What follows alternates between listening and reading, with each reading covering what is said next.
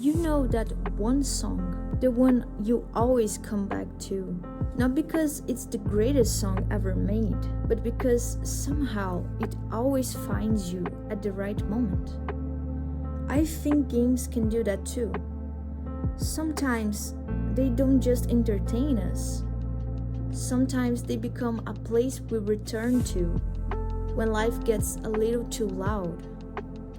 A place where we can breathe. For some people, that's walking across the endless desert in Journey. For others, it's diving into the peaceful oceans of Abzú. Maybe it's sitting in your favorite cafe in Animal Crossing, or building tiny villages in Tiny Glade, watching the sunset in Firewatch, or simply mining blocks for hours in Minecraft. These games, they simply ask you to exist in their worlds for a little while.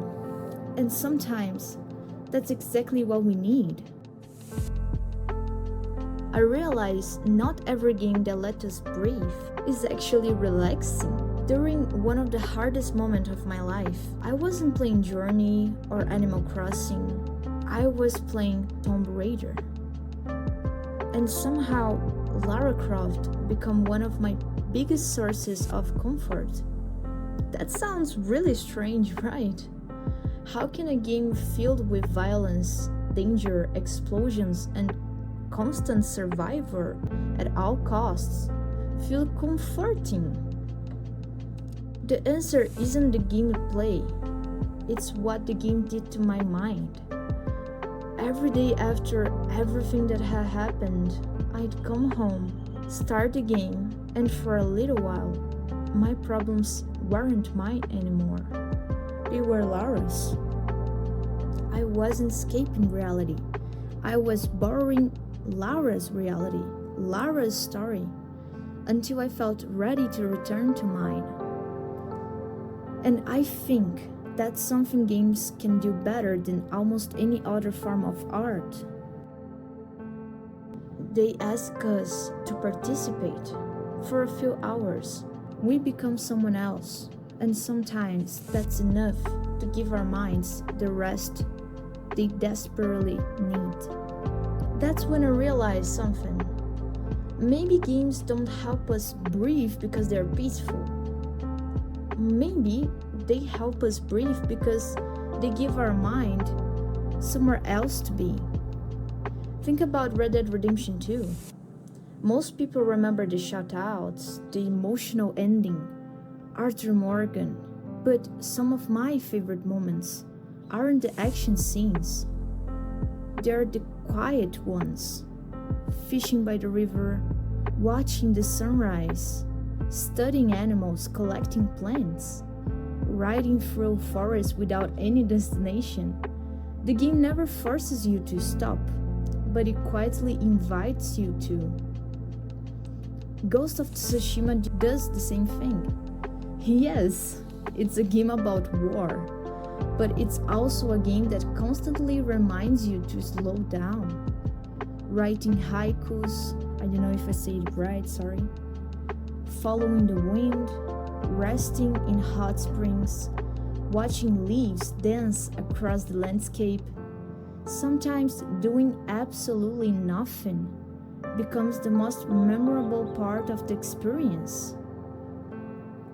Spiderman does this surprisingly well, swinging through New York without a mission, ignoring every single objective, simply moving through the city because it feels so damn good. Sometimes the journey really is more important than the destination. But I think the greatest source of comfort in games isn't always the world. Sometimes it's the people, the bonds, the relationships. In The Last of Us, for example, Joel and Ellie relationship is so warming. You feel that bond. You wanted that connection in real life. For me, a connection I felt so hard was in Detroit Become Human with Kara and Alice. I felt so much comfort in their relationship. In every single hug, giving her a goodnight kiss was so warming. That feels so comfort that I can't even explain in words. Or the bond between Arthur and the gang, or the bond you create with your horse is so incredible. Even the relationships we're beginning to see in Pragmata, those characters aren't real, and yet the comfort they give us is so real. Well, psychologists have a name for this: parasocial relationships. The emotional bonds we create with fictional characters. We know they aren't real, but our emotions don't always make that distinction. And honestly, I don't think that's a bad thing at all. Because sometimes seeing characters care about each other remind us that kindness still exists, even if it's inside a fictional world. Maybe that's why I don't like calling these games relaxing, even though my favorite game is not relaxing at all.